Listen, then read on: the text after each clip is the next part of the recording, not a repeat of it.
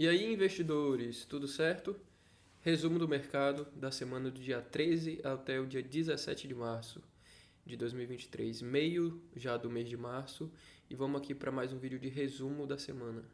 Bem, antes de mais nada, é bom a gente destacar que o Ibovespa fechou a 101 mil pontos, quase 102, com uma queda de quase 2% nessa semana. Podemos ver aqui pelo próprio gráfico que entre o dia 13 até o dia 14 ele lateralizou um pouco e logo no dia 15 logo pela manhã ele abriu com uma grande queda, principalmente pelas questões relacionadas com o mercado externo, mas no próprio dia 15 ele já estabilizou e fechou praticamente na mesma cotação do início do dia. Na própria quinta-feira do dia 16, ele teve uma pequena valorização, só que foi totalmente desconsiderada no dia 17, na sexta-feira, no último dia útil do mercado da semana, no qual a gente pode ver que somente no dia 17, na sexta-feira, o Ibovespa fechou com a queda de 1,4%, a qual chegou a bater mais de 1,6% ao longo do dia.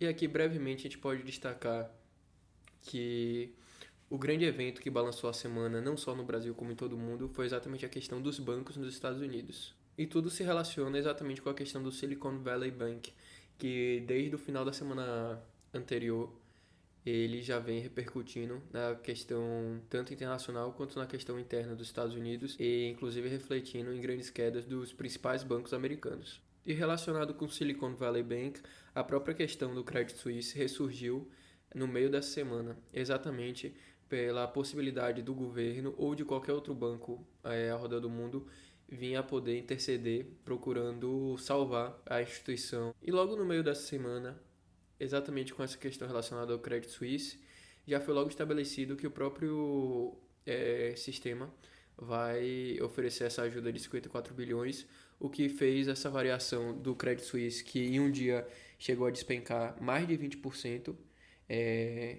desconsiderando ainda o acumulado ao longo do ano, que vem sendo mais de 40%, e dessa mesma forma, o Credit Suisse, no final dessa semana do dia 17, já chegou a recuperar grande parte dessa perda dessa última semana. E já no aspecto interno brasileiro, exatamente relacionado com essa questão tanto do Credit Suisse como dos bancos americanos, isso refletiu nos próprios bancos brasileiros. E desde a última semana, com o início da questão do Silicon Valley Bank, a gente pode destacar que os 4 maiores bancos do Brasil já vêm sofrendo grandes perdas. Podemos observar que só nessa última sexta-feira o Itaú derreteu quase 2,5%, da mesma forma que Santander, que foi o banco que mais sofreu nessa sexta-feira sangrenta, teve uma desvalorização de mais de 3,5%, e da mesma forma o Bradesco fechou o dia com uma queda de quase 2,5%.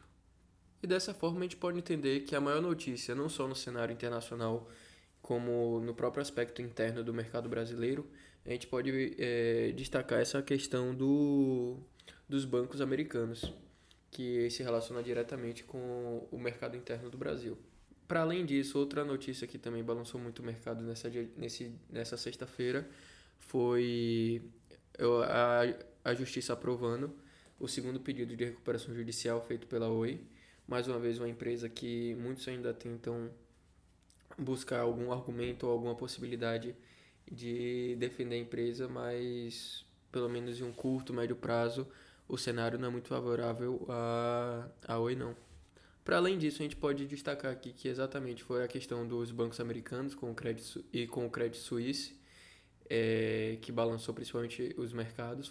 Acredito que tenha sido a grande notícia da semana. E nessa sexta-feira, outra questão que também mexeu muito com o mercado, principalmente interno aqui no Brasil, mais do que no aspecto americano, que ainda está muito mais preocupado com a questão dos bancos, é a questão do surto de gripe suína na China. E por que isso é muito importante especificamente para a questão brasileira? Porque o mercado, inclusive, entendeu que é uma grande oportunidade para as ações de frigoríficos. Dessa forma, a gente pode ver aqui que as maiores subidas da bolsa, desconsiderando principalmente a 3R, que teve uma questão específica com a Petrobras, que subiu mais de 17% só na sexta-feira, A própria BRF, a Minerva e a Marfrig, que são empresas relacionadas diretamente com a questão de exportação de carne suína, é, tiveram uma boa alta em comparação com o Ibovespa, que fechou com quase 1,5% de perda.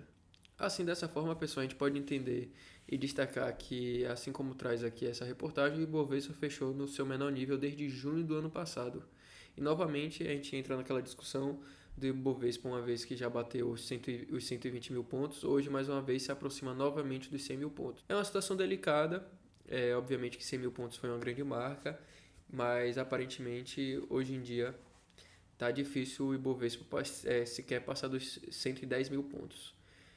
Para muitos pode ser uma oportunidade, mas principalmente a partir do cenário internacional, com o aumento de juros no mercado americano e principalmente a situação na Europa e a China ainda surgindo esse problema da carne suína e também ainda se recuperando das questões relacionadas com a pandemia, ainda é um cenário muito incerto, independente da área, para bancos aqui no Brasil no aspecto interno, ou até para commodities, que muito se relaciona com a China na questão do minério de ferro, ou no próprio aspecto de exportação de carne bovina, ainda é um cenário ainda muito nebuloso.